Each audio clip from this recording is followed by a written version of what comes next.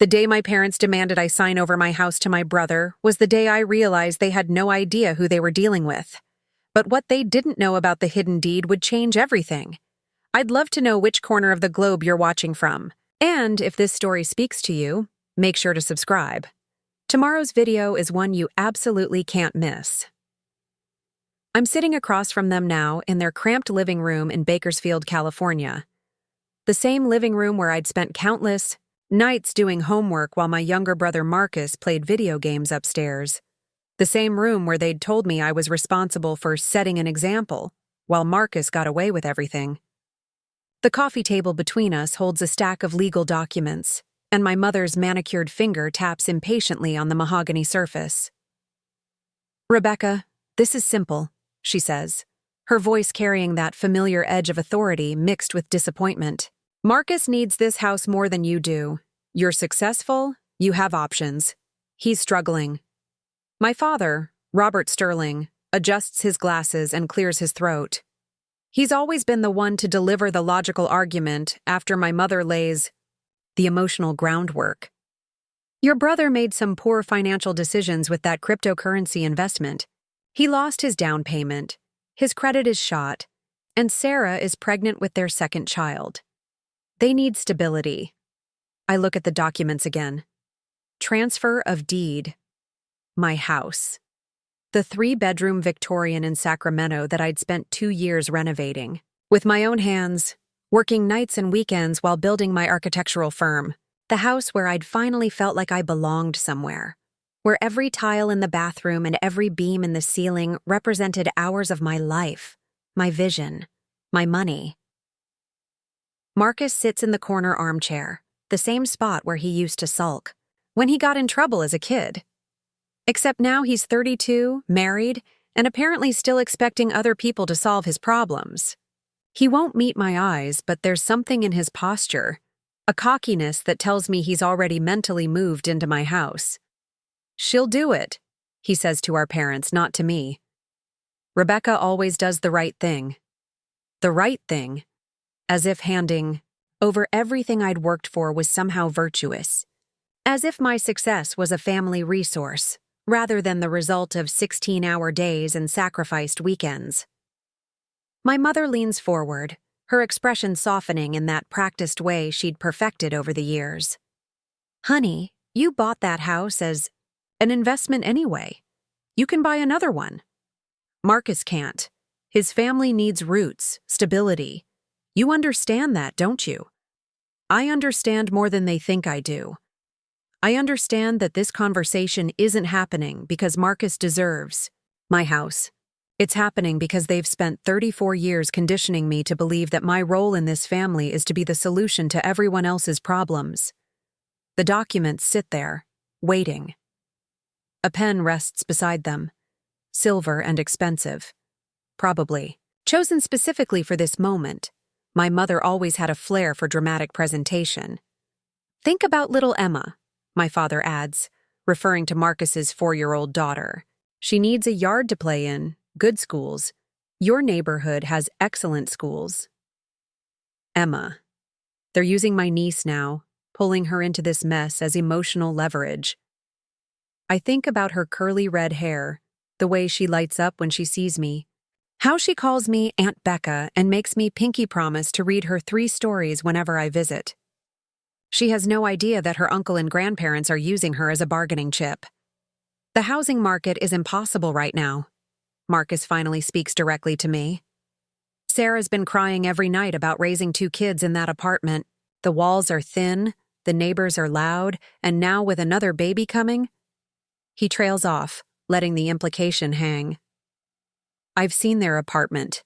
It's not great, but it's not the slum they're making it out to be. It's a standard 2-bedroom in a decent part of Fresno, the kind of place most young families start out in. The kind of place I lived in for years while I saved every penny for my house. But Marcus has never lived anywhere that wasn't handed to him. The apartment was a wedding gift from Sarah's parents. Before that, he'd lived at home until he was 28, paying no rent, contributing nothing to household expenses, while I'd moved out at 18 and never looked back. You know what I sacrificed to buy that house, I say quietly. It's not a question. My mother's jaw tightens. We all make sacrifices, Rebecca. That's what family means. Sacrifices. Like the scholarship to Berkeley that I'd turned down because they couldn't afford to help with living expenses. So I'd gone to state school instead and worked full-time to pay my way. Like the study abroad program I'd skipped to keep working, and sending money home when my father was between jobs. Like the engagement I'd ended because my then-fiancé couldn't understand why I was always broke from supporting my family. Marcus had gone to Berkeley. Full ride from my parents, who'd somehow found money they didn't have when I needed it. He'd studied abroad in Italy, courtesy of a graduation gift from our grandmother. He'd never worked a day through college, never stressed about rent, never eaten ramen for 3 months straight to save money. Marcus is family too, my father says. He's your brother. Brothers and sisters help each other. Help. Such an interesting word choice. Because when I'd needed help with my student loans, there was no family meeting. When my startup architecture firm was struggling in its first year, and I was living on credit cards, nobody offered to sign over their assets to me. When I'd asked to borrow $2,000 to replace my car's transmission, my mother had told me that successful people figure things out on their own. But now that I am successful, now that I've figured things out, suddenly family means something different. Suddenly my success is their resource. I need to think about this, I say, reaching for the documents. What's to think about? Marcus snaps. And there it is. The real Marcus, the one who gets angry when he doesn't immediately get what he wants. It's just a house. You can buy another one. Just a house. The house where I'd installed custom skylights in the kitchen because I loved morning light. The house where I'd hand-refinished the original hardwood floors, working on my hands and knees for weeks. The house where I'd finally felt like I had something that was mine. Something that couldn't be taken away or redistributed according to someone else's idea of fairness. My mother's voice gets sharper. Rebecca, we've been patient with your selfishness. For years. Ever since you started making good money, you've acted like you're better than this family. Like your success makes you too good to help the people who raised you. Selfishness. Because apparently, keeping what I'd earned was selfish. Because not automatically handing over my life's work to my brother made me the villain in their story. I stand up, smoothing my skirt. The documents remain on the coffee table, unsigned. I said I need to think about it. There's nothing to think about, my father says, his voice taking on that authoritative tone he'd used when I was a child. This is what's happening. Marcus needs the house, you have the house. It's simple math. Simple math. If only they knew how good I was at math. If only they understood that I'd been calculating, planning, preparing for a moment exactly like this for longer than they could imagine. Fine, I say, picking up the pen. I'll sign. The relief in the room is immediate and palpable. My mother exhales like she'd been holding her breath. My father nods approvingly. Marcus actually smiles, the first genuine expression I've seen from him all day. But as I hold the pen over the signature line, I pause. I just want to make sure I understand. You want me to transfer the deed to my house to Marcus because he needs it more than I do. Because family helps family. Because it's the right thing to do. Exactly, my mother says, beaming like I'm finally learning an important lesson. You're doing a beautiful thing, honey. This is what real love looks like. Real love. I sign my name with careful, precise strokes. Rebecca Ann Sterling, the same signature I'd practiced as a little girl, dreaming of signing important documents someday. I just never imagined the most important document I'd ever sign would be giving away everything I'd built. As I set the pen down, I look at each of them. My parents, satisfied and proud. Marcus, already mentally rearranging my furniture. None of them ask if I'm okay with this. None of them considering what this might mean for me. None of them are wondering if there might be consequences they haven't considered. There, I say, sliding the documents across the table. It's done. My mother reaches over and squeezes my hand. You've made the right choice, sweetheart. Marcus will take good care of the house. Marcus is already on his phone, probably texting, Sarah, the good news. My father is examining the signed papers with satisfaction. They're all so pleased with how this turned out, so confident that they've managed the situation perfectly. What they don't know is that I've been preparing for this moment for 3 years. What they don't know is that the house they think they've just claimed has complications they never bothered to investigate. What they don't know is that Rebecca Sterling, the daughter they've always seen as accommodating and predictable, learned a long time ago that sometimes the best way to win is to let people think they've already won. But they'll find out soon. Enough. Because while they were busy congratulating themselves on their successful manipulation, they forgot to ask the most important question of all. What exactly did they just take ownership of? As I gather my purse and prepare to leave, I smile. Not the forced smile I've been wearing for the past hour, but a real one. Because finally, after years of being underestimated and taken for granted, I'm about to show my family exactly what happens when you mistake kindness for weakness. The game is just beginning, and they don't even know they're playing. Driving away. From my parents' house, my hands steady on the wheel despite everything that just happened, I found myself thinking about Christmas when I was 12.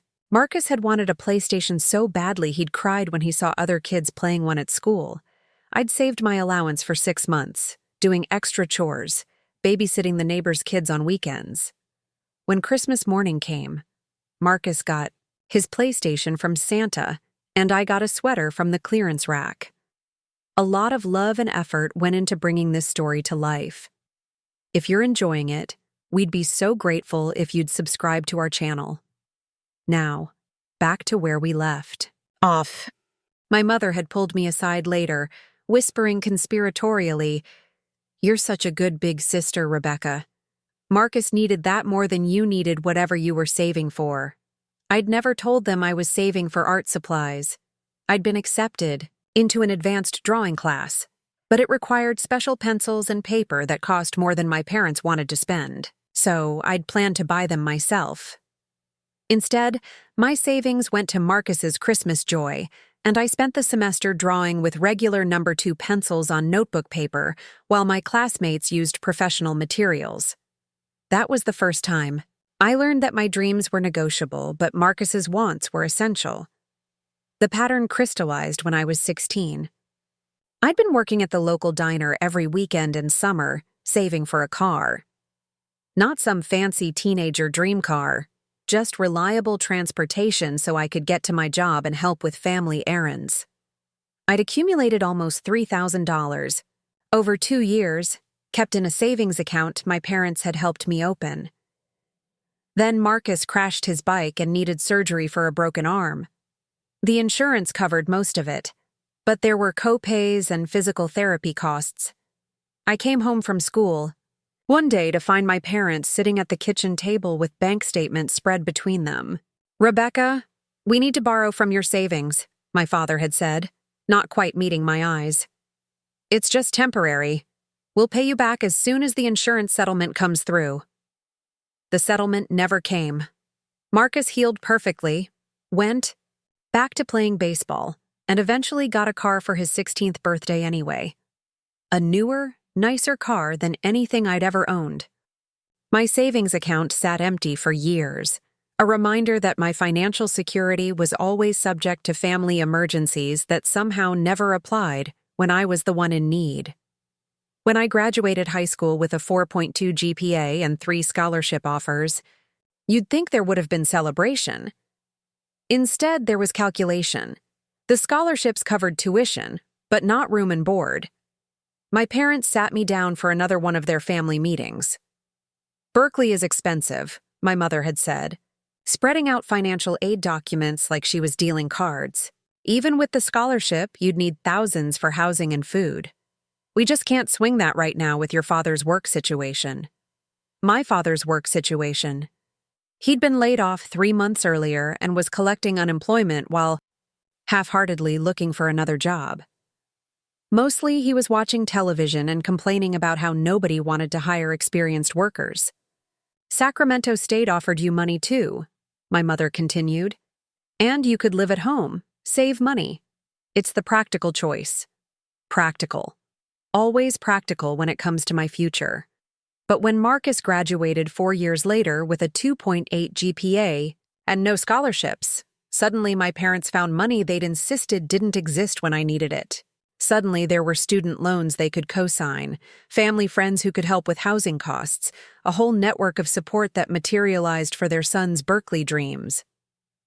I'd watched from my apartment near Sacramento State working 30 hours a week at an architecture firm while taking a full course load, as Marcus posted pictures from fraternity parties and spring break trips. He'd call home when he needed money, and it would appear like magic. When I called needing help with textbooks or car repairs, the response was always the same. "You're so capable, honey. You'll figure it out." The most telling incident happened during my junior year. I'd been accepted for a summer internship at a prestigious firm in San Francisco. Unpaid, but the kind of opportunity that could launch a career. I needed $1,500 for rent and basic living expenses for the 3 months. I'd presented my case to my parents like a business proposal, showed them the firm's reputation, the connections I'd make, how this could lead to job offers. After graduation, I'd even calculated the return on investment, demonstrating how the career boost would allow me to earn more and help the family more in the long run. My father had listened politely, then shaken his head. "That's a lot of money for something that doesn't guarantee a job. Maybe you should focus on earning money this summer instead of chasing dreams." 2 weeks later, Marcus called home needing money for a study abroad program in Rome. Art history, completely unrelated to his business major. No internship component, no career benefits, just a semester of traveling around Europe and taking classes that wouldn't even count toward his degree. The money appeared immediately, not $1,500, but $5,000. Plus spending. Money. Plus a credit card for emergencies. I'd taken out a private student loan to cover the San Francisco internship. 22% interest rate. Payments that would follow me for years. But that internship led to my first job offer. Then, my own firm. Then the success that was now being redistributed according to family need. The inequity wasn't just financial. It was emotional, psychological, woven into the fabric of how our family operated. When Marcus struggled with his college grades, there were family meetings about finding him tutors and reducing his course load. When I struggled with balancing work and school, I was told that adversity builds character. When Marcus got arrested for underage drinking during his sophomore year, my parents hired a lawyer and spent weeks coordinating damage control. When I got a speeding ticket around the same time, I was lectured about responsibility and had to pay the fine myself, plus extra car insurance costs. The expectations were different too. Marcus's failures were temporary setbacks that required family support. My failures were moral deficiencies that required personal correction. He was allowed to be young and make mistakes. I was expected to be mature and make sacrifices. Even our successes were treated differently. When Marcus managed to graduate college, there was a party, gifts, celebration of his achievement against the odds. When I graduated summa cum laude and was accepted to graduate school, the response was more subdued. "We're proud, but you've always been the smart one. This isn't surprising." The pattern extended beyond academics and money. Family holidays, vacation planning, even casual conversations seemed to revolve around Marcus's needs and preferences. He was the one who chose restaurants, decided on movie nights, determined when family gatherings would happen based on his availability. I'd learned to adapt, to make myself smaller, to find satisfaction in being useful rather than celebrated. When Marcus needed a place to stay during a rough patch with Sarah, I'd let him use my spare room for 3 months. When he needed references for job applications, I'd use my professional contacts. When he needed someone to co-sign for his first apartment lease, I'd put my credit on the line. Each time I'd told myself this was what good sisters do. This was what family meant. But somewhere along the way, I'd started keeping track. Not out of resentment initially, but out of curiosity. I'd begun documenting the pattern, noting the discrepancies, building a database of evidence that proved what I'd always suspected but never articulated. The financial records were particularly telling. Over the 15 years since I'd started working, I'd calculated that I'd contributed approximately $67,000 to various family emergencies, loans, and gifts. Most of it never repaid, all of it given willingly because family helps family. Marcus, during that same period, had received an estimated $112,000 in direct support from our parents, not counting the Berkeley education. The car, the insurance payments, and countless smaller contributions that never got documented. But the money was just the symptom. The real pattern was deeper, more insidious. It was the assumption that my success belonged to the family while my struggles belonged to me alone. It was the belief that my strength meant I didn't need support, while Marcus's weakness meant he deserved special consideration.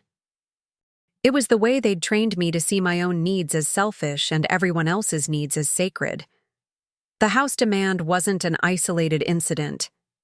It was the inevitable culmination of 34 years of conditioning, the logical endpoint of a system where I was simultaneously the most capable and the least important family member. But what my parents had never understood, what Marcus had never suspected, was that I'd been preparing for this moment for much longer than they knew. While they saw my compliance as proof of their control, I'd been building something they couldn't see, couldn't touch, couldn't redistribute according to their version of family fairness. The documents I'd signed today were real. The transfer of deed was legitimate and legally binding. Marcus would indeed become the owner of record for my beautiful Victorian house in Sacramento. What they didn't know was that ownership and control aren't always the same thing. What they'd never bothered to investigate was the full legal status of the property they'd just claimed. What they'd never thought to ask was why I'd agreed so easily to something that should have been devastating, because while they'd been congratulating themselves on their successful manipulation, they'd forgotten something crucial about the daughter. They'd raised to be responsible for everyone else's problems. I'd gotten very, very good at solving problems, and sometimes the best solution is the one nobody sees coming. The call came on a Tuesday morning, 3 weeks before the family meeting. That would change everything. I was reviewing blueprints for a commercial project when my phone buzzed with a text from Marcus. "Can you swing by Mom and Dad's tonight? Family emergency." Family emergency. Those 2 words had become a Pavlovian trigger over the years, instantly flooding my system with adrenaline and obligation. I'd canceled dates, missed work events, and rearranged my entire schedule countless times for family emergencies that usually turned out to be Marcus-related inconveniences. But something about this one felt different. The text was too casual, too presumptuous. No, please, or if you can. Just an assumption that I'd drop everything and appear when summoned. I arrived at 7:30 to find them all waiting in the living room with the kind of staged solemnity usually reserved for interventions. Or funeral planning. My mother had prepared coffee and cookies, as if sugar and caffeine could soften whatever blow they were about to deliver. Marcus sat in his usual corner chair, but this time Sarah was with him, holding baby Emma while her belly showed the early signs of pregnancy number 2. The scene was carefully orchestrated. Sarah looked tired and overwhelmed. Emma was being extra adorable. And Marcus wore an expression of defeated resignation that I'd seen many times before when his schemes fell apart. "Thank you for coming, honey," my mother began, settling into her role as family mediator. We wanted to talk to you about Marcus and Sarah's situation. Their situation. Not their problem, not their mistake, but their situation. As if they'd been struck by a natural disaster rather than poor judgment. My father cleared his throat, adjusting his reading glasses in that way that meant he was about to deliver prepared remarks. As you know, Marcus invested a significant portion of their savings in cryptocurrency last year. Significant portion. I later learned it was their entire down payment fund plus money borrowed against their credit cards. $38,000 poured into something called Mooncoin, based on advice from a YouTube influencer whose credentials included a flashy car and confident predictions. The market has been volatile, my father continued, using the kind of euphemistic language that made financial catastrophe sound like a minor weather disturbance. They've experienced some losses. Some losses. Mooncoin had crashed to essentially zero value within 6 months. The YouTube influencer had deleted his channel and disappeared. Marcus and Sarah were left with maxed-out credit cards, no savings, and a lifestyle they could no longer afford. Sarah spoke up, her voice thick with practiced vulnerability. "We're trying so hard to get back on our feet, Rebecca. But with the baby coming and Emma starting preschool, everything feels impossible." I looked at Emma, who was playing with a stuffed elephant, completely unaware that she was being used as emotional leverage. 4 years old and already a prop in her father's ongoing campaign for financial rescue. "The apartment lease is up in 2 months, Marcus added, finally meeting my eyes. "Our credit is shot from the cryptocurrency thing, so we can't qualify for a new place. At least, not anywhere decent." The cryptocurrency thing. As if it were something that happened to him rather than something he chose to do despite Sarah's objections. Despite having no understanding of the technology, despite multiple people warning him it was essentially gambling. My mother leaned forward with that expression of maternal concern she'd perfected over the years. "They need stability, Rebecca, somewhere safe to raise the children while they rebuild." Rebuild, another euphemism. What they meant was, while they wait for someone else to fix their problems, because Marcus had never rebuilt anything in his life. He'd always moved on to the next opportunity, the next safety net, the next person willing to subsidize his optimism. "We've been looking at options," my father said, pulling out a folder of documents. "Rental market is impossible right now. Everything decent requires the first month, last month, security deposit, plus proof of income at 3 times the rent. Even if they could qualify, it would cost more than they can handle." I knew where this was heading, but I let them continue. Their presentation. There was something almost fascinating about watching the machinery of family manipulation in action, seeing how they built their case piece by piece, establishing need and urgency before revealing their solution. Sarah wiped, her eyes with a tissue that seemed to appear at just the right moment. "I keep thinking about Emma growing up in some terrible neighborhood because we can't afford better. She deserves more than that. Emma deserves more. Not, we want more, or we hope for more, but Emma deserves it, as if the universe owed them.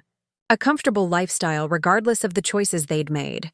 Which brings us to why we asked you here," my mother said, finally reaching the crescendo of their performance. "You have that beautiful house in Sacramento, all that space, just for you. Just for you." 3 words that contained multitudes of judgment. My house wasn't a home I'd created, a sanctuary I'd earned, a reflection of my hard work and dreams.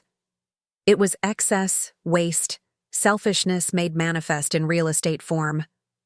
Marcus jumped in, suddenly animated. "It would be perfect for us. Emma could have her own room, the baby could have a nursery, and there's that backyard where she could actually play safely." He was describing my house like it was a vacation rental, enumerating its amenities as if he were planning a temporary stay rather than a permanent takeover. The backyard where Emma could play safely was the same backyard where I'd spent months removing overgrown shrubs and planting flowers. The nursery he was planning was my home office, where I'd built my architectural practice from nothing. The schools in your neighborhood are excellent, Sarah added. Emma tested into the gifted program, but the schools near our apartment don't have those resources. Of course Emma was gifted. Of course she needed special educational opportunities that could only be found in my neighborhood.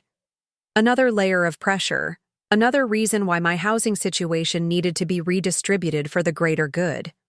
My father reached for the folder again, pulling out what looked like real estate listings. We've done some research. Houses in your area are selling for more than you paid. Even accounting for your renovations, you'd come out ahead. You could buy something smaller, more practical. Because apparently my 3-bedroom house was an unreasonable luxury for a single woman, while it was a basic necessity for their family of 4. There are some nice condos closer to downtown, my mother added helpfully. More suitable for your lifestyle, less maintenance, better for someone who works as much as you do. My lifestyle, work-focused, single, apparently incapable of appreciating the finer aspects of homeownership like yard maintenance and neighborhood schools. They'd managed to reframe my success as a limitation, my independence as a reason why I needed less space. I sat there listening to them redesign my life, watching them justify their request with increasing confidence. They'd clearly spent considerable time planning this conversation, anticipating objections, building their case from multiple angles. It would just be temporary, Marcus said, though his eyes told a different story. Until we get back on our feet financially, maybe a year or two. A year or two. In Marcus' time, that could mean anything from 5 years to forever. I'd seen his version of temporary before, and it usually lasted until the next crisis required a new solution. You'd still own the house, my father clarified. We're not asking you to give it away. Just let them live there while they rebuild their finances. Just let them live there. In my house, with my mortgage payments, my utility bills, my insurance, costs, my property taxes, while they rebuilt finances they'd never actually built in the first place. The room fell silent as they waited for my response. Sarah bounced Emma gently. My mother sipped her coffee with studied nonchalance. My father organized his papers with bureaucratic precision. Marcus stared at me with an expression that mixed hope and entitlement in equal measure. This was the moment I realized they didn't see me as a person with my own needs, dreams, and boundaries. They saw me as a resource to be managed, a solution to be deployed, a safety net that existed solely for their benefit. The breaking point wasn't the request itself. It was the assumption behind it, the casual certainty that my life was negotiable, while theirs was sacred. It was the way they'd presented their case as if my agreement was inevitable, as if my role in the family was to absorb whatever consequences their choices created. But more than that, it was the realization that they'd never asked what I wanted. Not once in this entire conversation had anyone inquired about my plans, my feelings, my attachment to the home I'd created. They'd discussed my house like it was an underutilized asset rather than my sanctuary. I looked around the room, seeing them clearly for perhaps the first time. My parents, who'd spent decades training me to prioritize everyone else's needs above my own. Marcus and Sarah, who'd turned their poor choices into my moral obligation. Emma, innocent but already being, taught that Aunt Rebecca existed to solve problems she didn't create. Something fundamental shifted in that moment. Not anger, exactly, but clarity. Crystal clear understanding that this pattern would continue until I stopped it. They would keep taking until I stopped giving. They would keep assuming until I stopped accommodating. I need to think about this, I said quietly. The temperature in the room dropped noticeably. This wasn't the response they'd expected, prepared for, or wanted to hear. What's to think about? Marcus asked, his voice sharpening. We need help. You can help us. It's simple. Simple. Everything was always simple when it involved me sacrificing for them. My mother tried a different approach. Rebecca, they're desperate.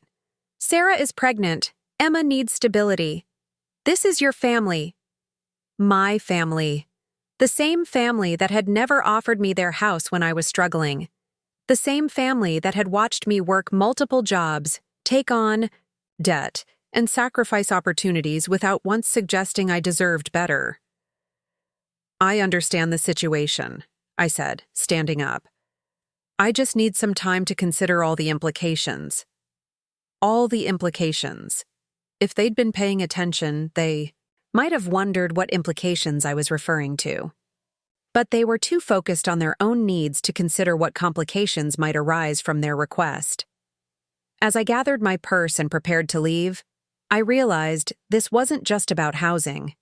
This was about power, control, and the fundamental question of whether I existed as an independent person or merely as an extension of their needs. The answer to that question would determine everything that happened next. "We'll talk soon," I said, kissing my mother's cheek and ruffling Emma's hair. But as I walked to my car, I knew that our next conversation would be very different from what they were expecting. Because they'd just made a crucial miscalculation. They'd assumed that 34 years of conditioning would override my own interests. They'd gamble that I cared more about keeping peace than protecting myself. They'd bet that I would choose their comfort over my own boundaries. They were about to discover just how wrong they were. The first thing I did after leaving my parents' house was drive to my office and lock the door behind me. Sterling architecture occupied the third floor of a converted warehouse in Midtown Sacramento, with floor-to-ceiling windows that overlooked the city I'd grown to love. But tonight, I wasn't looking at the view. I was looking at my computer screen, specifically at a folder I'd created 3 years ago and labeled Family Documentation. Most people don't keep forensic records of their family relationships, but most people haven't been systematically exploited for 2 decades. What had started as a simple spreadsheet tracking loans that never got repaid had evolved into something much more comprehensive.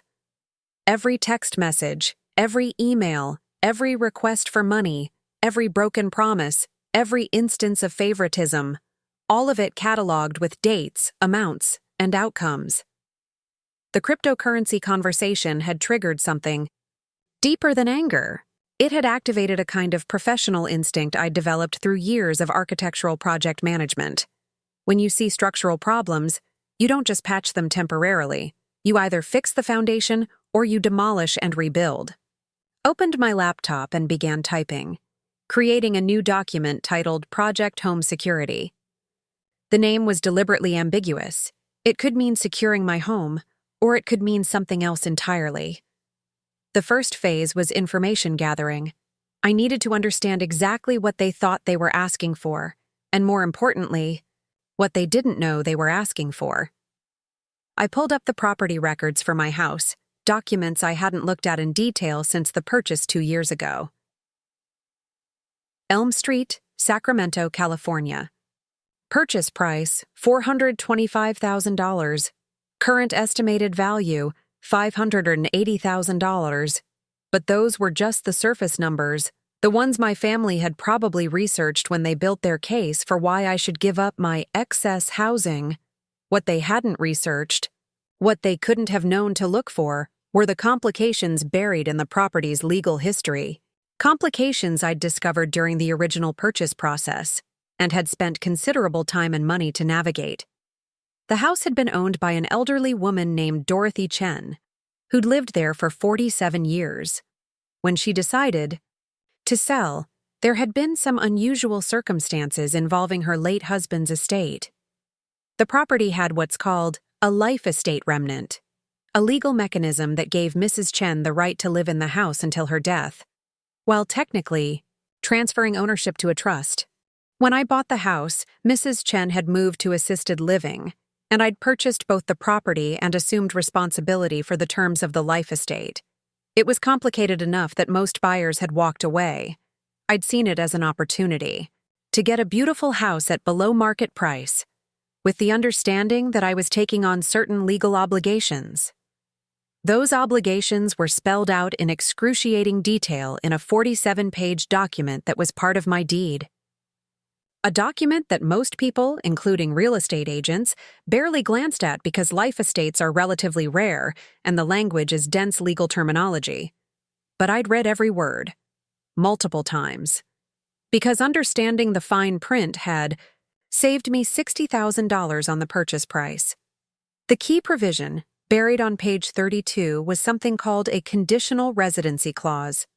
It stated that if the property was ever transferred to someone other than Dorothy Chen's blood relatives, and if that person intended to use it as their primary residence rather than maintaining it as Mrs. Chen had specified, the life estate terms would be reactivated. In practical terms, this meant that if I ever sold or transferred the house to someone who planned to live there full-time, Dorothy Chen, now 84 and living comfortably in Sunset Manor, would have the legal right to move back in, not just visit, move back in. Permanently. When I'd first discovered this clause during the purchase process, my lawyer had assured me it was essentially toothless.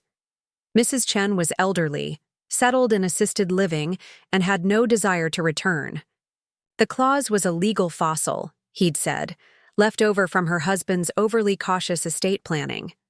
I'd bought the house anyway, partly because I loved it, partly because I was confident Mrs. Chen wouldn't want to leave her comfortable assisted living situation, and partly because I planned to live there myself, which didn't trigger the conditional residency clause. But now, sitting in my office at 9 o'clock at night, I was seeing that clause in an entirely different light. I picked up my phone and dialed a number I hadn't used in 2 years. Jameson, Polk & Associates, emergency line. This is Rebecca Sterling. I need to speak with David Jameson about the Chen property on Elm Street. It's urgent. David was the real estate attorney who'd handled my house purchase. Expensive, thorough, and available at odd hours for clients who'd made him enough money to justify emergency consultations. Rebecca, good to hear from you. What's going on with the Chen place? I need to understand the conditional residency clause in detail.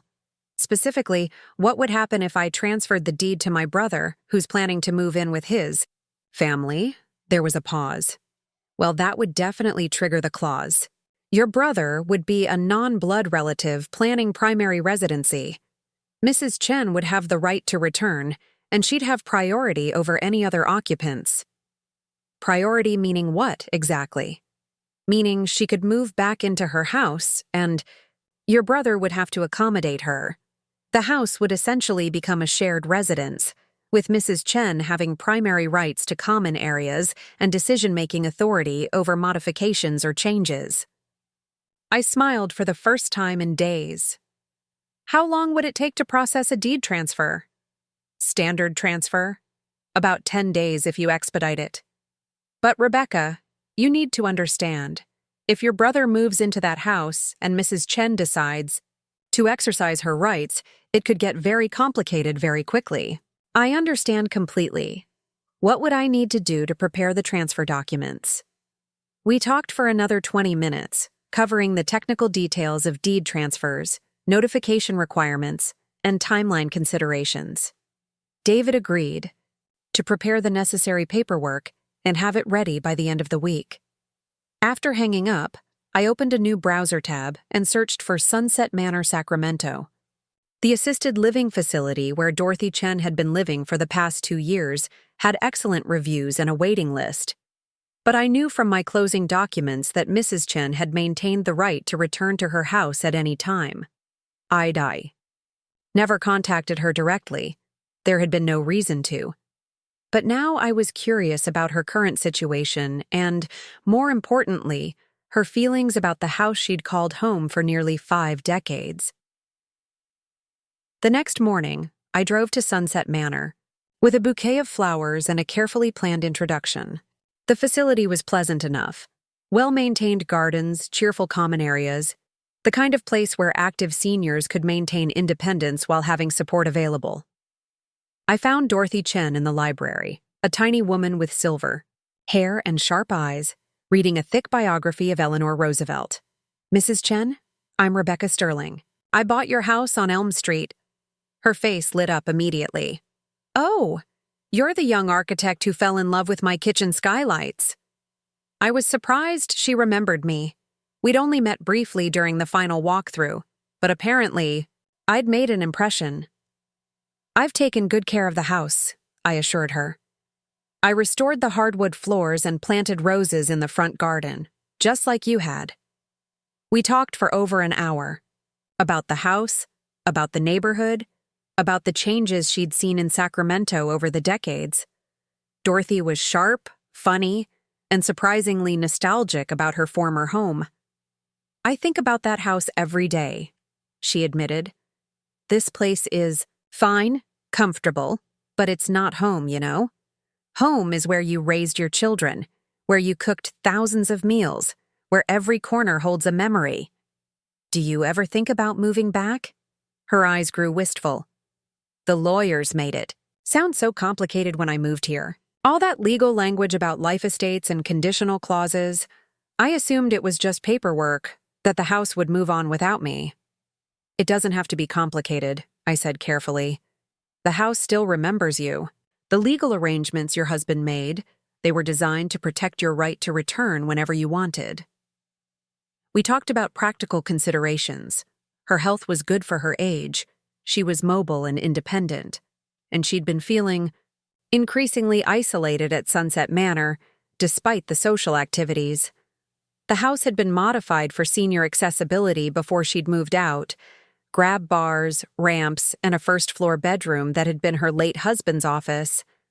If someone else were living in the house, I asked hypothetically, how would you feel about sharing the space? Dorothy laughed, a sound like wind chimes. Honey, I raised 4 children in that house. I know how to share space. Might be nice to have some life around the place again. I left Sunset Manor with Dorothy's phone number and a promise to stay in touch. She'd mentioned that she'd been thinking about making some changes to her living situation, and I'd suggested that she consider all her options carefully. The final piece of my preparation involved research into Marcus and Sarah's current situation.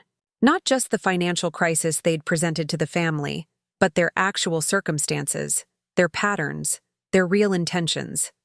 I hired a private investigator, not for anything dramatic or invasive, just basic background checking that any landlord might do. Credit reports, employment verification, rental history, public records searches. The results were illuminating. Marcus had been fired from his last 2 jobs for attendance issues.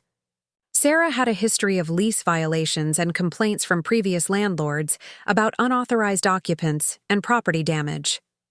Their current apartment had filed noise complaints against them 6 times in the past year. More interesting was their social media presence. While they'd been crying poverty to the family, their Instagram accounts told a different story. Recent posts showed expensive dinners, new clothes, a weekend trip to Napa Valley, and several packages from high-end retailers. Either they were living beyond their means even while claiming desperation, or their financial crisis was less severe than they'd claimed. I also discovered that they'd already been looking at houses in my neighborhood for months, long before the cryptocurrency story emerged. Sarah had been following real estate listings in my zip code, commenting on neighborhood Facebook groups, and researching schools in my district. The cryptocurrency investment wasn't the cause of their housing crisis. It was the excuse they'd been waiting for to make their move on my property. By Friday, I had everything I needed. Legal documents prepared and ready to sign. A clear understanding of the property's unique constraints. A relationship established with Dorothy Chen. Complete information about Marcus and Sarah's real situation and intentions. Most importantly, I had a plan that would give them exactly what they were asking for while ensuring that they got exactly what they deserved. The beauty of the strategy was its simplicity. They wanted my house, and I was going to give it to them. Legally, completely, and with full documentation of their request and my compliance. What they didn't know was that they weren't just getting a house. They were getting Dorothy Chen as a permanent housemate, a legal arrangement they couldn't break, and a lesson in reading the fine print that would last the rest of their lives. I spent the weekend reviewing every detail, making sure I understood all the implications and potential outcomes.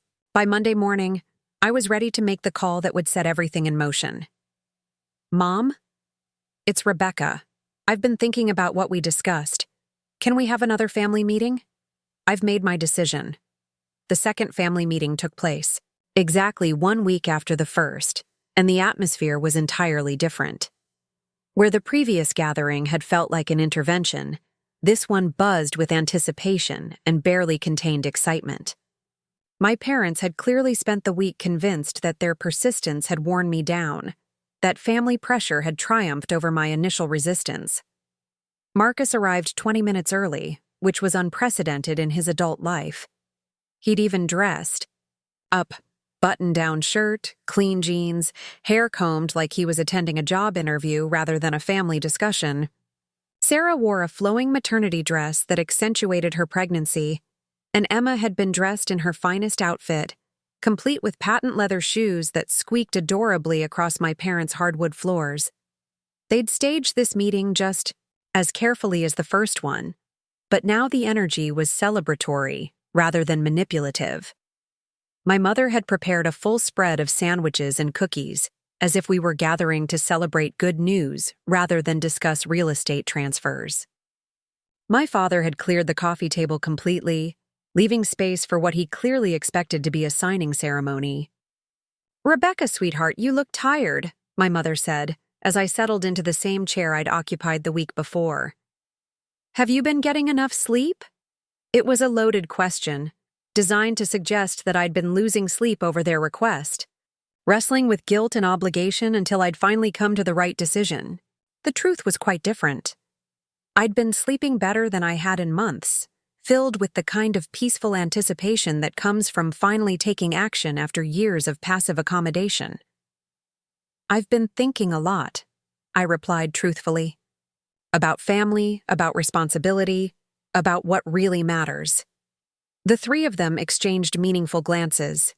My mother's smile widened. My father adjusted his glasses and pulled out a leather folder that undoubtedly contained documents he'd prepared for this moment.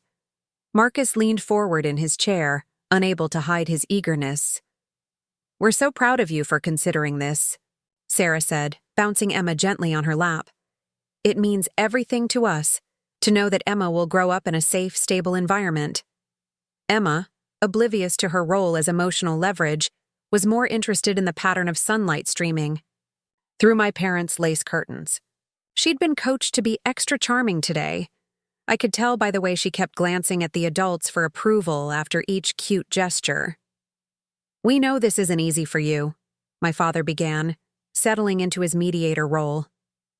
"Giving up a house you love, making sacrifices for family, but that's what makes it so meaningful. That's what makes you such a special daughter and sister." Special daughter and sister. Code for useful family resource who can be counted on to sacrifice for others. I reached into my own bag and pulled out a manila envelope. "I've brought some documents of my own." The room went quiet. This wasn't part of their script. They'd expected gratitude, maybe some tears, perhaps a group hug to commemorate my generous decision. They hadn't anticipated that I might have done my own preparation. "Rebecca," my mother said carefully. "What kind of documents?" "Property transfer paperwork, deed modification forms, legal releases." I spread the papers across the coffee table, with the same deliberate precision my father had used with his folder. "Everything we need to make this official." Marcus's eyes lit up like a child seeing presents under the Christmas tree. Sarah clasped her hands together as if she were witnessing a miracle. My parents exchanged another look, this one tinged with surprise and relief. "You've really thought this through," my father said approvingly. "This is very thorough." Thorough didn't begin to cover it. David Jameson had prepared documents that were works of legal art, covering every possible contingency and ensuring that the transfer would be absolutely, irrevocably binding. No takebacks, no second thoughts, no family pressure to reverse course once they discovered what they'd actually acquired. "I want to make sure everyone understands exactly what's happening," I said, picking up the primary deed transfer document. "This transfers full ownership of 1247 Elm Street from me to Marcus. Complete ownership, Not a loan, not a temporary arrangement, not a family favor that can be called in later. Marcus will own the house outright. That's incredible, Sarah breathed. Rebecca, we can't thank you enough. There are some conditions, I continued, turning to the second page. Standard property transfer requirements. Marcus will be responsible for all mortgage payments, property taxes, insurance, and maintenance costs from the date of transfer. The house comes with all existing legal obligations and restrictions. Marcus nodded eagerly. Of course. We understand that. We're prepared to take on all the responsibilities of ownership. All the responsibilities. If only he knew. My father reached for his reading glasses, scanning the documents with the kind of careful attention he'd learned to apply to contracts over the years. These look very official. You've had them prepared by an attorney? David? Jameson, the same lawyer who handled my original purchase.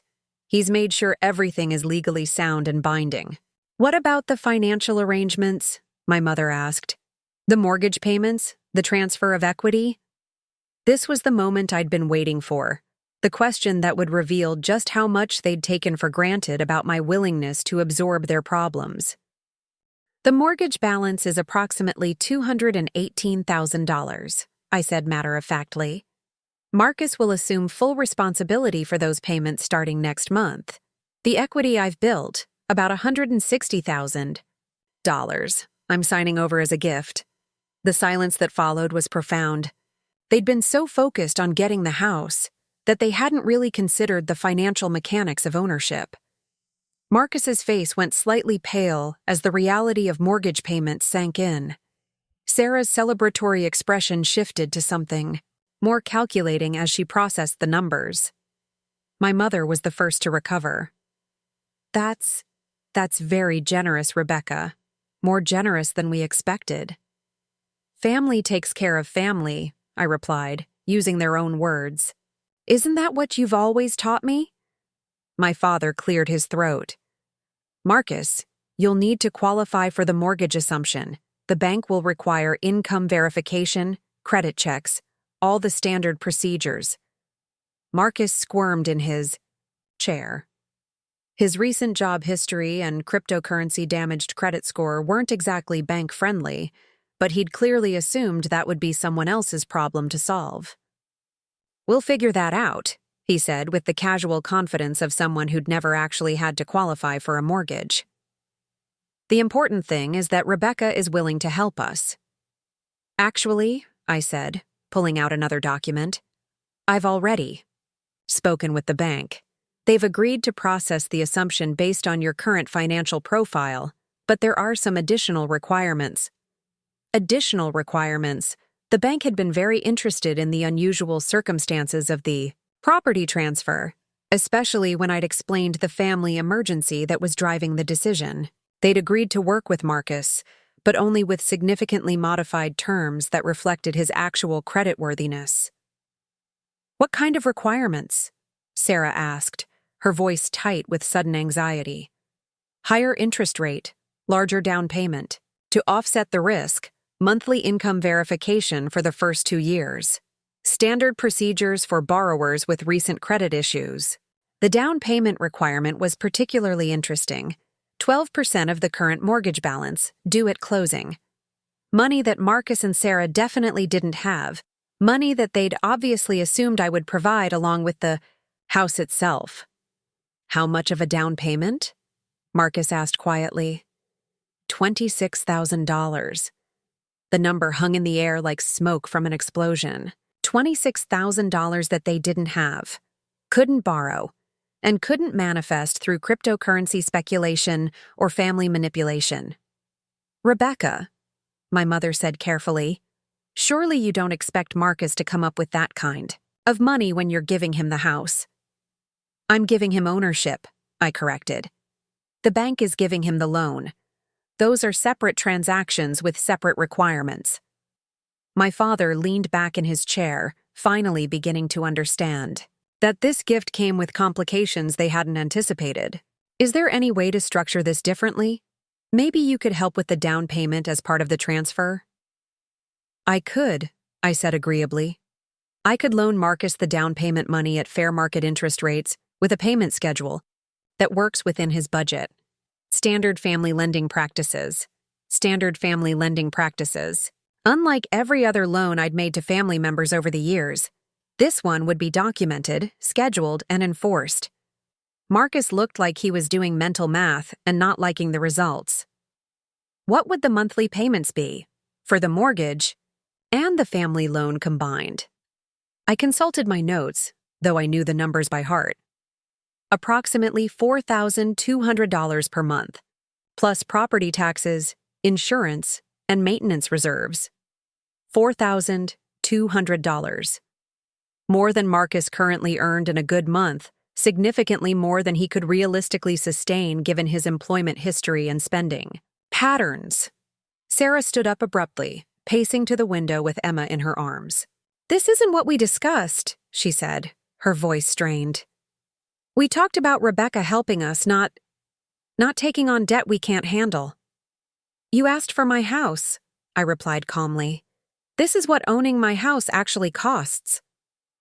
The room fell, silent, except for the sound of Emma playing with her stuffed elephant, humming a little song she'd learned at daycare. The adults stared at the documents spread across the coffee table as if they contained encrypted messages rather than straightforward legal language. My mother tried a different approach. "Rebecca, maybe we need to think about this more carefully. Maybe there's a better way to help Marcus and Sarah without putting them in financial jeopardy." Financial jeopardy.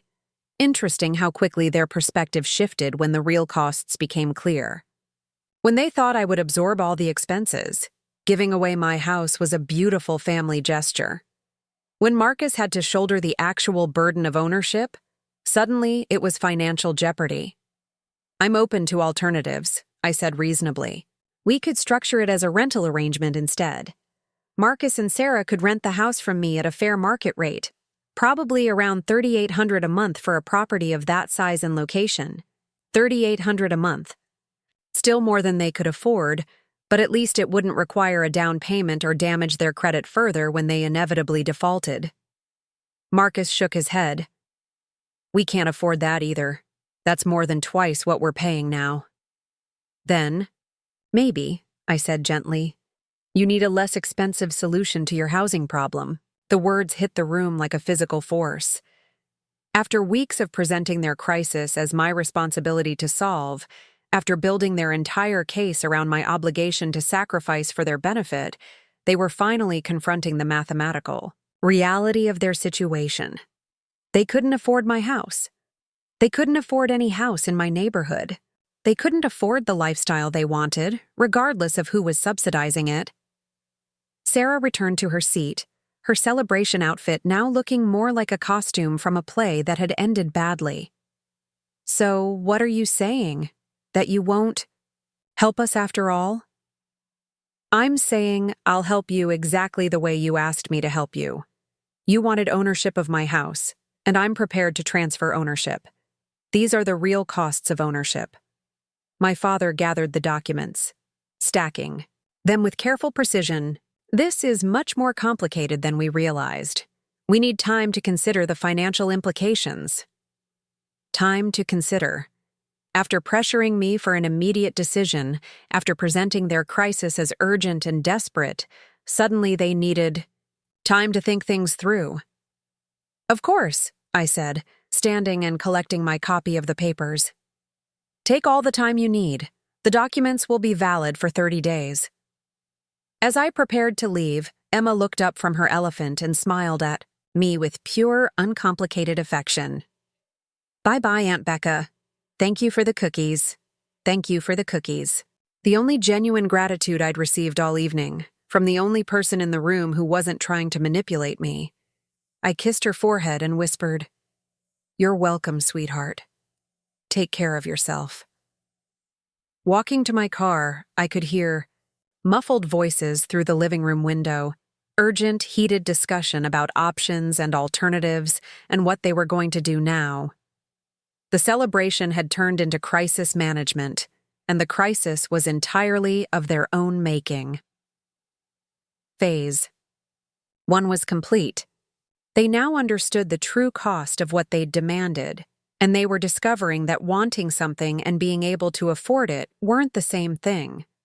But Phase 2 would be even more interesting, because while they argued about down payments and monthly obligations, they still had no idea about Dorothy Chen, about conditional residency clauses, or about the surprise housemate who came with legal ownership of 1247 Elm Street.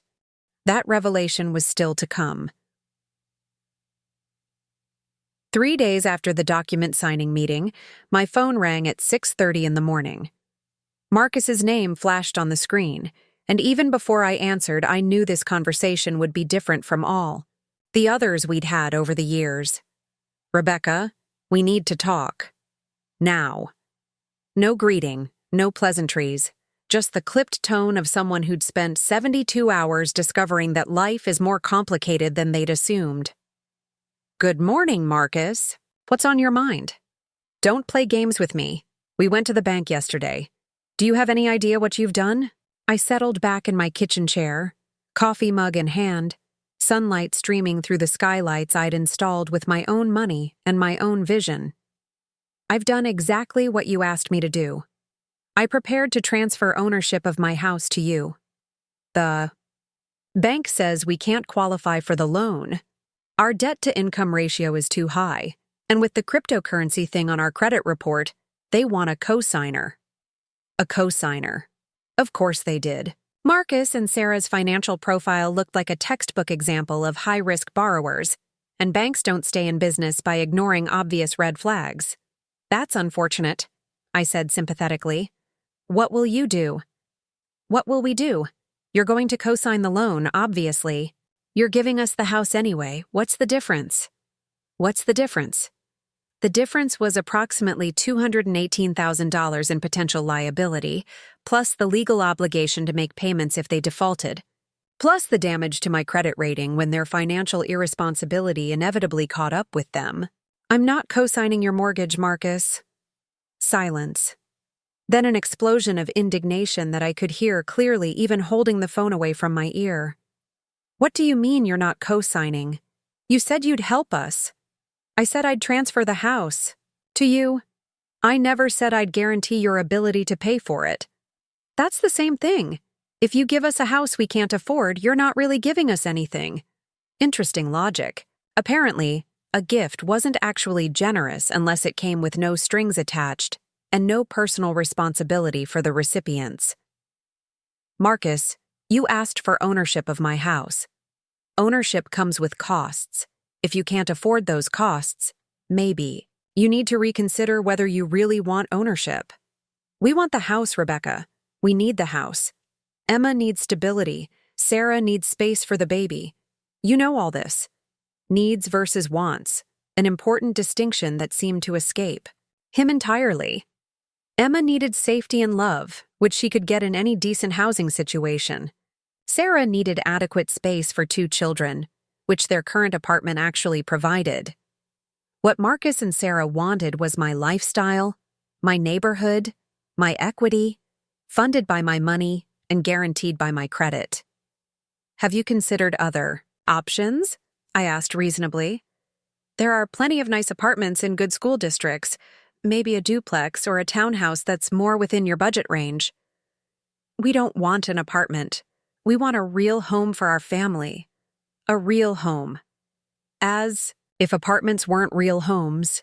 As if the size and cost of your housing determined the authenticity of your family life.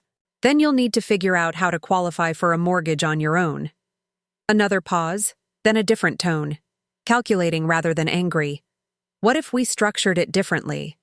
What if you kept ownership but let us live there rent-free for a few years while we get back on our feet financially?" Rent-free. The gift that kept on giving, apparently.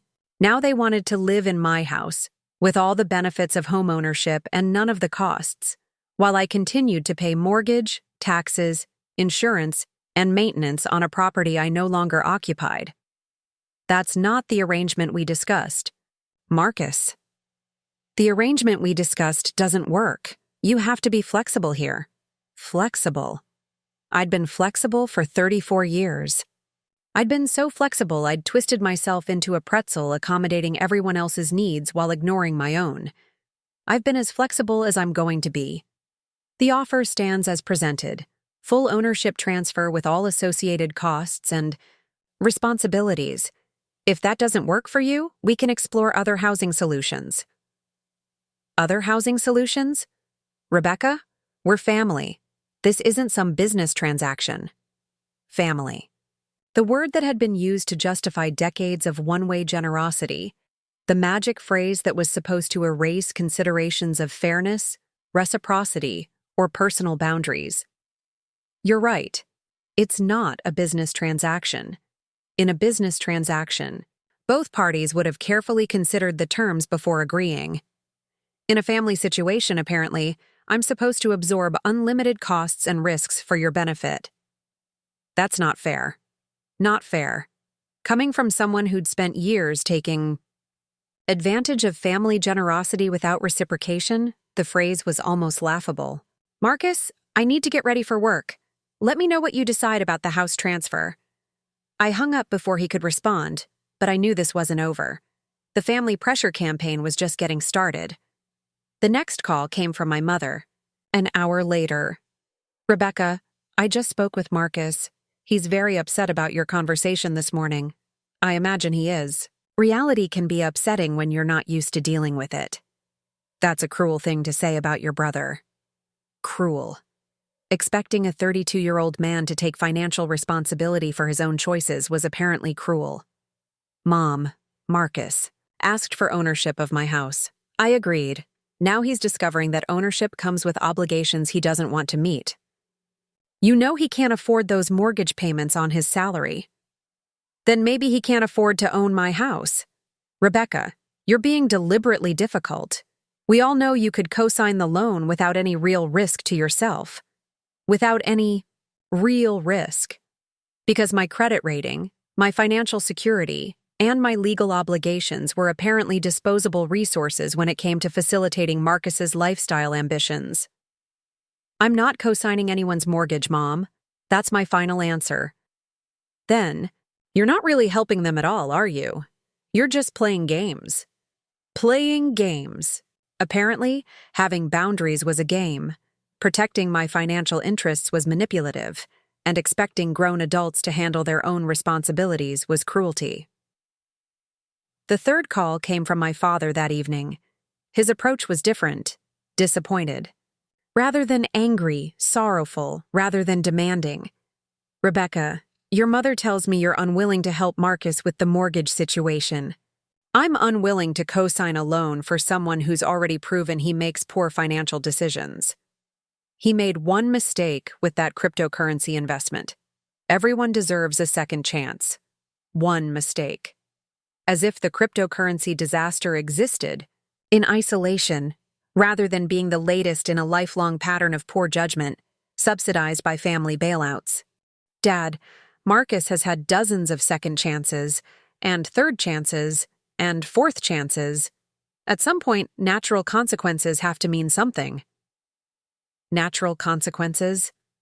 Rebecca, we're talking about your brother's family. Your niece. My niece. Emma, who was 4 years old and had no say in her parents' financial decisions, was being used as emotional leverage once again. Emma will be fine regardless of which house she lives in. What she really needs is parents who can manage their money responsibly. And how is she supposed to get that if her family is homeless? Homeless. The dramatic escalation was predictable. They'd moved from temporary housing crisis to complete destitution in the span of a week. Dad, they're not going to be homeless. They have an apartment, they have options, they have the ability to make different choices. What choices? You know the rental market is impossible right now. The rental market was challenging, but not impossible for people with steady income and reasonable expectations. The problem wasn't availability. It was that Marcus and Sarah wanted to live in a neighborhood they couldn't afford, in a house that was beyond their means, without taking responsibility for the costs involved. They have choices. They're just not choices they want to make. Rebecca, I'm disappointed in you. This isn't the daughter we raised, the daughter they raised. The daughter who'd been trained to sacrifice her own interests for everyone else's benefit, who'd been conditioned to feel guilty for having boundaries, who'd been taught that her success was a family resource rather than a personal achievement. You're right, Dad. I'm not that daughter anymore. The final confrontation came Saturday morning when they all showed up at my house unannounced. I answered the door to find my parents, Marcus, Sarah, and Emma standing on my front porch like some kind of intervention committee. We need to settle this once and for all, my mother announced, pushing past me into the living room. They arranged themselves in my space with the presumptuous familiarity of people who'd never learned to respect boundaries. Emma immediately ran to my bookshelf, fascinated by the architectural coffee table books I collected. At least one member of this family had appropriate priorities. Rebecca, my father began in his mediator voice, we've come up with a compromise solution. Compromise. In my experience, family compromises meant I gave up something I wanted while everyone else got what they needed. I'm listening. Marcus stepped forward, clearly having been chosen as the primary spokesperson for whatever they'd planned. We've talked to a financial advisor. If you co-sign the mortgage and we structure it as a family loan, we can make the payments work. You'd still be helping us, but there would be legal protections in place. Legal protections. I wondered what kind of financial advisor they'd consulted who thought co-signing a mortgage for financially irresponsible relatives was a sound strategy. What kind of payments are we talking about? Sarah pulled out a sheet of paper covered in handwritten calculations. We could handle about $1,800 a month. If you cover the difference between that and the actual mortgage payment, it would work out to about $2,400 a month from you. $2,400 a month. They wanted me to co-sign their mortgage and then subsidize their mortgage payments to the tune of nearly $30,000 a year. So I would own no equity in the house, have full liability for the mortgage, and pay most of the monthly costs while you lived there rent-free. It's not rent-free, Marcus protested. We'd be paying $1,800 a month. $1,800 a month for a house worth nearly $600,000 in one of Sacramento's most desirable neighborhoods. They'd essentially be renting my house at a 70% discount while I absorbed all the risks and most of the costs. That's an interesting proposal, I said calmly. What happens if you decide you don't want to make the $1,800 payments? We'd make them, Sarah insisted. We're committed to this. Committed. Like they'd been committed to not investing their entire savings in cryptocurrency based on YouTube advice. And what happens if you decide you want to move somewhere else? Or if you get divorced? Or if Marcus loses another job? The questions hung in the air like accusations, which in a sense they were.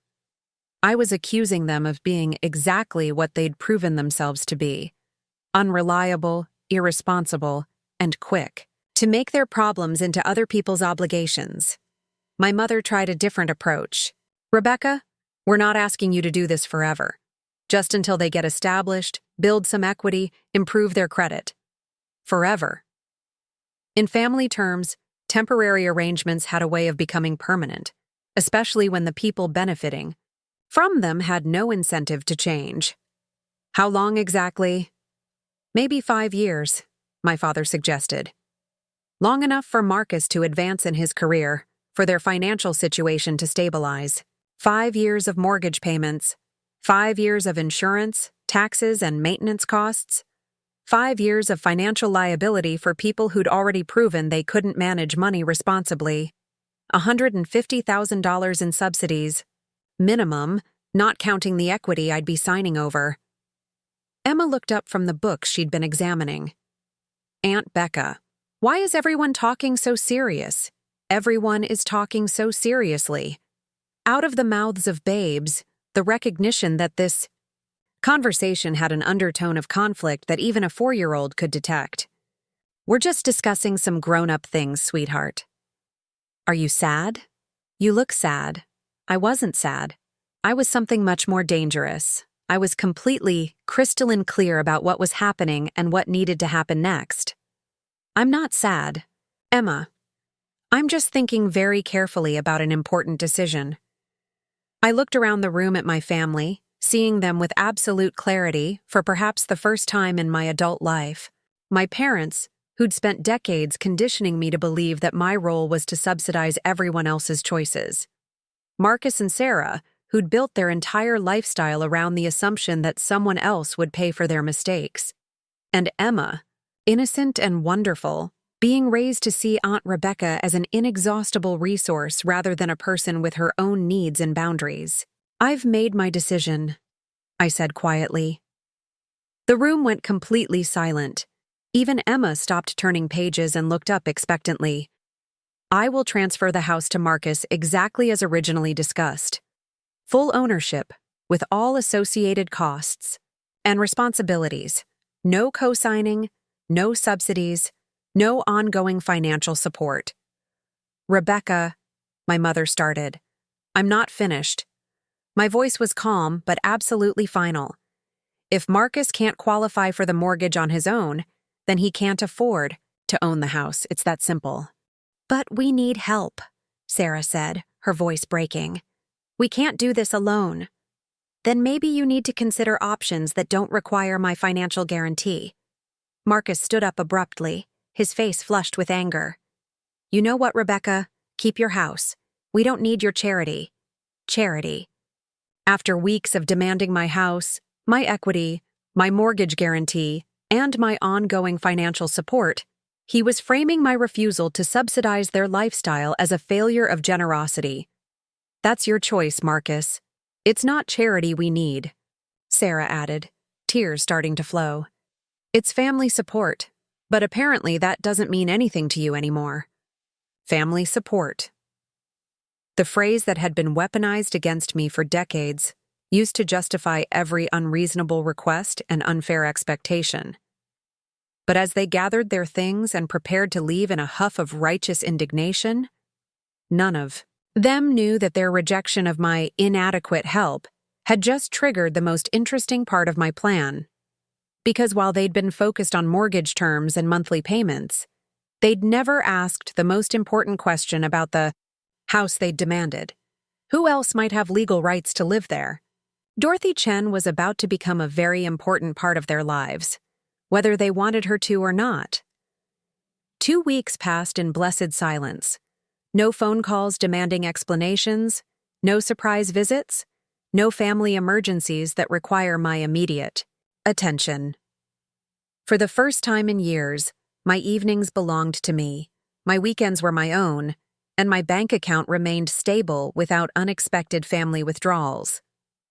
I spent those weeks working on a new project, a community center designed for low-income families that would provide childcare, adult education, and financial literacy programs. It felt meaningful in a way that my usual commercial projects didn't, and I found myself staying late at the office not because I had to, but because I wanted to. On a Thursday evening, as I was putting the finishing touches on the community center, blueprints, my phone buzzed with a text from an unknown number. Hi, Rebecca. This is Dorothy Chen. I hope you remember me from our visit at Sunset Manor. I have some news I thought you might find interesting. I smiled, remembering the sharp-eyed woman who'd spent 47 years in my house, who'd raised 4 children in those rooms, who'd maintained legal rights she'd never thought she'd need to exercise. I called her immediately. Dorothy, how are you? What's this news you mentioned? Her voice was bright with barely contained excitement. Well, I've been thinking about our conversation, about going home, and yesterday I had a visit from a very interesting young man. My pulse quickened. What kind of visit? A man named Marcus Sterling. He said he was your brother, and he wanted to discuss purchasing my house. He seemed to think I still owned it. Marcus had gone to see Dorothy. Without telling me, without understanding the legal situation, without having any idea what he was walking into. What did you tell him? Dorothy's laugh was like music. I told him the truth. That I'd sold the house to a lovely young woman named Rebecca Sterling 2 years ago, but that I retained certain legal rights under my late husband's estate planning. How did he react to that? He got very excited, started talking about family, arrangements, and special circumstances. He seemed to think that because you were his sister, my rights would somehow transfer to him, or that I'd be willing to sign them away. I could picture Marcus in Dorothy's living room at Sunset Manor, probably wearing his best persuasive smile, assuming that an elderly woman would be easily manipulated into giving up legal protections she didn't understand. What did you tell him about that? I told him that legal rights don't work that way, and that I'd been considering exercising those rights anyway. I've been quite homesick lately. Homesick. The word hung in the air between us, loaded with implications that Marcus couldn't possibly have understood. Dorothy, are you seriously considering moving back to the house? I am. This place is comfortable, but it's not home. I wake up every morning thinking about my kitchen, about the way the afternoon light comes through the living room windows, about the garden I planted behind the garage. The garden behind the garage. I'd maintained it carefully, keeping her roses pruned and her herb bed weeded, never knowing if she'd ever see it again. When Marcus left, Dorothy continued, I started making some phone calls, to my lawyer, to my children, to the people who matter, and I've decided it's time to go home. What does that mean, practically speaking? It means I'm exercising my conditional residency rights. I'll be moving back into 1247 Elm Street next month. Next month. The timeline was perfect, long enough for me to make arrangements, short enough to prevent Marcus from causing complications. Dorothy, there's something you should know. Marcus and his family have been pressuring me to give them the house. They want to live there. Your brother mentioned that. He seemed quite confident that you'd already agreed to sign the property over to him. Had Marcus actually told Dorothy that I'd agreed to transfer the house to him? Had he been so confident in his manipulation tactics that he'd started making arrangements based on assumptions? What did you tell him about that? I told him it wouldn't matter who owned the house on paper. My residency rights supersede ownership changes. If I decide to move back home, I move back home, regardless of who's paying the mortgage. Regardless of who's paying the mortgage. Marcus had discovered the one thing that could make owning my house more complicated than he'd imagined, a legal obligation he couldn't negotiate away, ignore, or manipulate. How did he react to that news? Dorothy's voice carried a note of satisfaction. He became quite agitated, started asking about legal challenges, about ways to break the life estate arrangement, about whether money could solve the problem. Money could solve the problem. Of course, Marcus thought he could buy his way out of inconvenient legal obligations, probably using funds he didn't have to solve problems he'd created by not understanding the situation.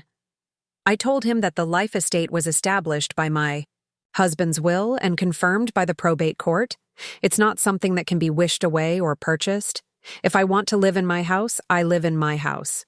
Her house. Even after 2 years of legal ownership, Dorothy still thought of 1247 Elm Street as her house. And legally, she was right. Dorothy, if you do decide to move back, what would that look like practically? I mean, it's your legal right, but how would we handle the logistics? Well, I'd need to give proper notice to Sunset Manor, arrange for the transfer of my belongings, make sure the house is prepared for an elderly resident again. Your brother seemed quite concerned about those logistics. Marcus had been concerned about logistics because he'd finally encountered a problem that couldn't be solved by family pressure, emotional manipulation, or convenient assumptions about other people's obligations. What kind of preparation would the house need? Not much. The accessibility modifications are still in place from when I lived there before. The first-floor bedroom, the bathroom railings, the ramp to the back door. I'd mainly need to make sure my medical equipment could be delivered and that I had reliable transportation for appointments. Medical equipment and transportation. The practical realities of an 84-year-old woman returning to independent living in a house she'd left 2 years ago. Dorothy, are you sure you're ready for that level of independence? I don't want you to make this decision just because Marcus pressured you. Her voice became firm, carrying the authority of someone who'd raised 4 children and managed a household for decades. Rebecca, I've been managing my own affairs since before your brother was born. I'm not making this decision because of him. I'm making it despite him. That house is my home, and I'm tired of pretending it isn't. The conviction in her voice was unmistakable. This wasn't a reaction to Marcus's visit. It was a decision she'd been moving toward for months, maybe since our first conversation at Sunset Manor. When are you planning to make the move? I've scheduled the paperwork for next Friday. Legal notification of my intent to exercise residency rights, coordination with the assisted living facility, arrangement for moving services. I should be back home within 3 weeks. 3 weeks? By the time Marcus figured out how to respond to this development, Dorothy would already be settled in the house he'd assumed would be his. Dorothy, I should probably tell you, Marcus and his family rejected my offer to transfer the house to them. They decided they didn't want it after all. Oh, how interesting. Why was that? I explained the mortgage qualification issues, the down payment requirements, the monthly costs that had proven beyond their reach. Dorothy listened with the kind of polite attention that suggested she understood exactly what had happened. So they wanted your house, but they didn't want the responsibilities that come with owning a house. Exactly. Well, then it's fortunate that they won't be moving in. It would have been quite crowded, with my belongings and their family all trying to share the space. Quite crowded. Dorothy's understated way of describing what would have been an impossible living situation, a young family with 2 small children sharing space with an elderly woman who had legal priority over common areas and household decisions. Dorothy, can I ask you something? Are you doing this partly to help me out of a difficult family situation? Her laugh was warm and genuine. Rebecca, I'm doing this because I want to go home. If it happens to solve some problems for you, that's just a happy coincidence. A happy coincidence. The kind of coincidence that occurs when preparation meets opportunity, when legal knowledge meets practical application, when someone finally stops accommodating unreasonable demands. We talked for another half hour, discussing practical arrangements, timeline considerations, and the logistics of her return. By the time we hung up, I felt something I hadn't experienced in years. The satisfaction of a plan coming together exactly as designed. The next morning, I called Marcus. Rebecca, what do you want? His voice was sharp with lingering resentment. From our last conversation, I wanted to let you know that Dorothy Chen will be moving back into the house next month. Silence. Then, what are you talking about? What does Dorothy Chen have to do with anything? She's the previous owner. She retained legal residency rights when she sold me the house. She's decided to exercise those rights. That's impossible. You own the house. You can't just let some random old lady move into your property. Random old lady. Dorothy Chen, who'd lived in that house for 47 years, who'd raised her family there, who'd maintained legal rights that Marcus had never bothered to research or understand. She's not random, Marcus. She's the person who has permanent legal rights to live in that house regardless of who owns it. Legal rights? What kind of legal rights? I explained the life estate arrangement, the conditional residency clause, the implications of Dorothy's decision to return home. With each detail, Marcus's breathing became more agitated. You knew about this the whole time. I knew about it when I bought the house, yes. And when we were talking about the house transfer, you knew this could happen. I knew it was a possibility, though I didn't know Dorothy was considering it until recently. Another long pause. When Marcus spoke again, his voice had changed completely. No longer angry but calculating. What would it take to get her to change her mind? Money? Better assisted living arrangements? We could work something out? We could work something out. Marcus still believed that every problem had a price, that every inconvenience could be negotiated away, that every person's legal rights were subject to his family's needs. Dorothy's not interested in money, Marcus. She wants to go home. But this ruins everything. If some old lady is living in the house, we can't move our family there. Some old lady. The woman whose house it had been long before Marcus had ever heard of Elm Street, whose legal rights predated his desires by decades. That's correct. Dorothy's residency rights would make the house unsuitable for your family. Rebecca, you have to do something about this. I have to do something. After rejecting my offer, after declaring they didn't need my charity, after spending weeks telling me what a terrible sister I was for having boundaries, now Marcus expected me to solve a problem created by his own assumptions and poor research. There's nothing I can do, Marcus. Dorothy has made her decision. This is all your fault. If you'd just been reasonable about the mortgage situation, none of this would have happened. All my fault. Because somehow, Dorothy Chen's decision to return to her own home was the result of my refusal to co-sign a loan for people who couldn't afford it. Marcus, even if I had consigned your mortgage, Dorothy still would have had the right to move back. The life estate arrangements don't change based on who's paying the bills. The reality was sinking in, and I could hear it in his voice, the recognition that he'd rejected a complicated opportunity and was now left with no opportunity at all. So what are we supposed to do now? Sarah's pregnant. Emma needs stability, and we're back to square one with housing. Back to square one. Which was actually where they'd been all along, before they'd decided that my house was the solution to problems they'd created. Marcus, you have the same options you had before this conversation started. Find housing you can afford, in a neighborhood that fits your budget, with monthly costs that match your income. It's not that simple. It actually is that simple. It's just not as easy as you wanted it to be. 3 months later, I received a wedding invitation. Not for anyone in my family. They were still processing the reality that their manipulation tactics had backfired spectacularly. The invitation was from Dorothy Chen's granddaughter, who was getting married in Dorothy's backyard, surrounded by the roses she'd planted decades ago, and the herb garden I'd maintained in her absence.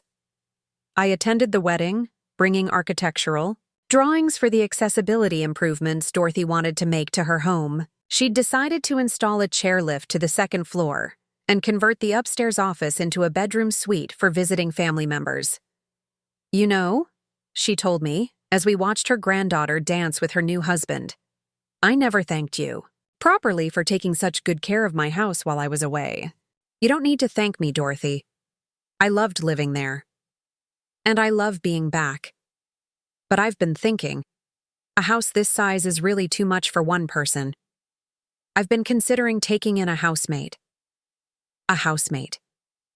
Dorothy had lived alone for 2 years at Sunset Manor and discovered she missed having people around, missed the energy of a household with multiple generations.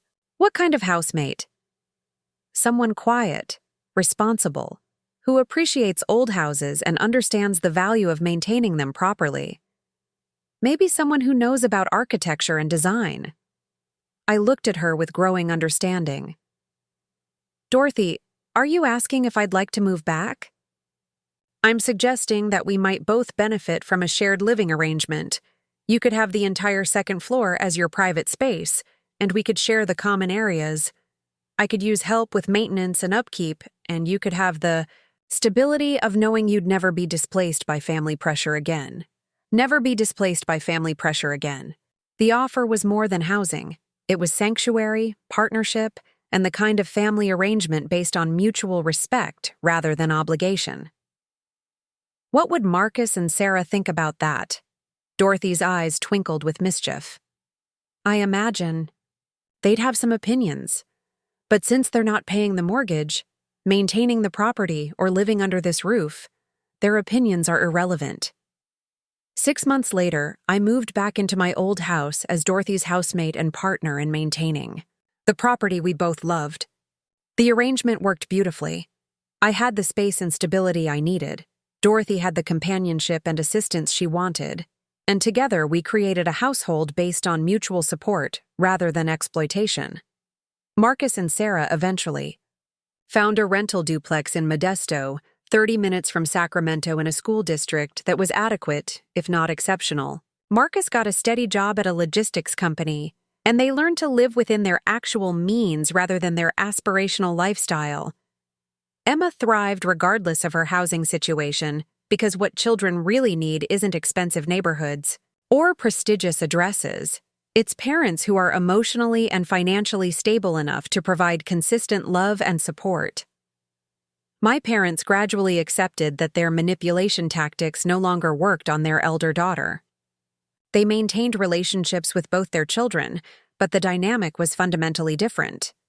I was no longer the family bank, the emergency contact, or the person responsible for everyone else's poor decisions. Instead, I became something much more valuable. A daughter who participated in family life by choice rather than obligation, who offered help when it was genuinely needed rather than when it was demanded, who had learned that the most loving thing you can do for people sometimes is to let them experience the consequences of their own choices. The Sterling architecture firm expanded to include a nonprofit division focused on affordable housing design. We specialized in creating beautiful, functional homes for families who needed quality design, but couldn't afford luxury prices. Every project reminded me that home isn't about size or cost. It's about creating space where people can thrive. Dorothy. And I hosted dinner parties in our shared home, bringing together architects, artists, community activists, and neighbors who appreciated good food and meaningful conversation. The house filled with laughter and intellectual energy, becoming the kind of home I'd always dreamed of but never thought I deserved. One evening, as we sat on the front porch, watching the sunset paint the sky in shades of gold and purple, Dorothy asked me a question that crystallized everything I'd learned. "Rebecca, do you ever regret not giving your brother the house when he first asked?" I thought about it for a long moment, considering all the ways that decision had changed my life and theirs. I regret that it took me 34 years to learn that saying no doesn't make you a bad person. I regret that I spent so many years believing that my success existed primarily to solve other people's problems. But do I regret protecting something I worked for and loved? No. Never. Good, Dorothy said, reaching over to squeeze my hand. Because the people who truly love you don't want you to sacrifice your happiness for theirs. They want you to build a life that brings you joy. A life that brings you joy. Such a simple concept. And yet it had taken me decades to understand that joy wasn't selfish, that boundaries weren't cruel, and that the most generous thing you can do for people is to teach them that their choices have consequences, both good and bad. As the stars came out over Sacramento, illuminating the city I'd chosen as home, I realized that I'd finally built something that couldn't be taken away, redistributed, or sacrificed for someone else's version of family responsibility. I'd built a life that was truly mine. Looking for more? We've got 2 amazing stories ready for you right on screen. If this one touched you, these are absolutely worth your time. Click to watch them now. And hey, subscribe and hit that bell to never miss our latest uploads.